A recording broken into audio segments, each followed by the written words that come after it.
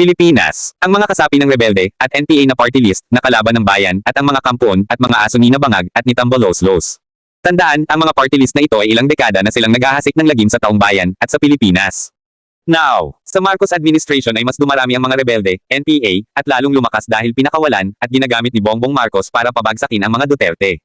Kaya mga ka-DDS at Pilipinas, sabay-sabay nating ibagsak, boycott, at ikumpanya sa buong Pilipinas na wag iboto ang mga party list na ito.